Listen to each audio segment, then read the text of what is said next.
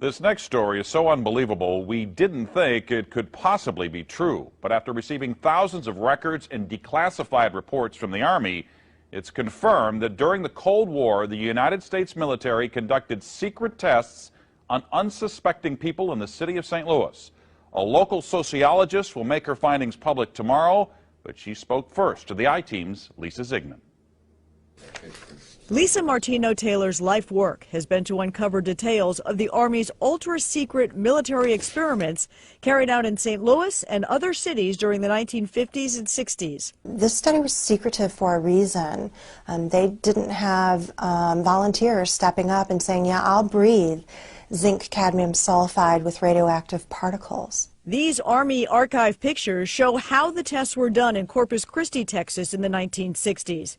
In Texas, planes were used to drop the chemical, but in St. Louis, the Army placed chemical sprayers on buildings and station wagons. City officials were kept in the dark about the tests.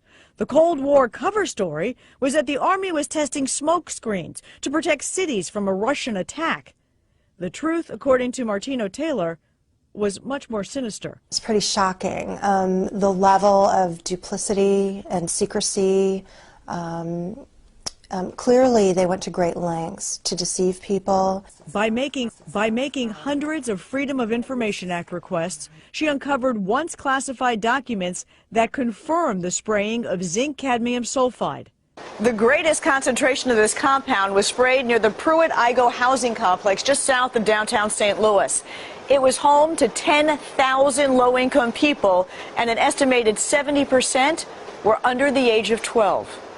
Martino-Taylor claims they all unknowingly inhaled this compound morning, noon, and night, so the government could measure its effects on their lungs. So this is in violation of all medical ethics, all international codes, and the military's own policy at that time. In 1994, then Congressman Richard Gephardt asked the Army to open its records and explain the St. Louis testing. We want to make very sure that nothing went on that would harm anyone and that all the facts are out on the table.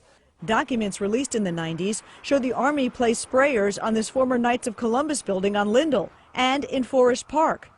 The Army always insisted the chemical compound was safe. Martino-Taylor believes documents prove otherwise.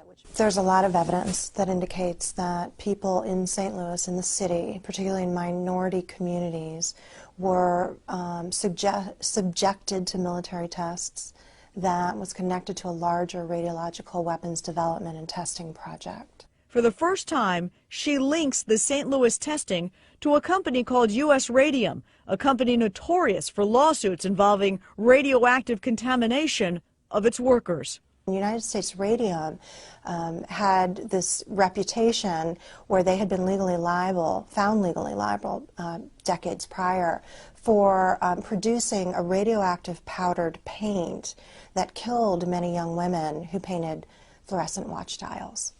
While the Army admits it added a fluorescent substance to the zinc-cadmium compound, details of whether it was radioactive remain secret. Documents uncovered to date indicate the Army never conducted follow-up studies to see whether the compound caused long-term health issues.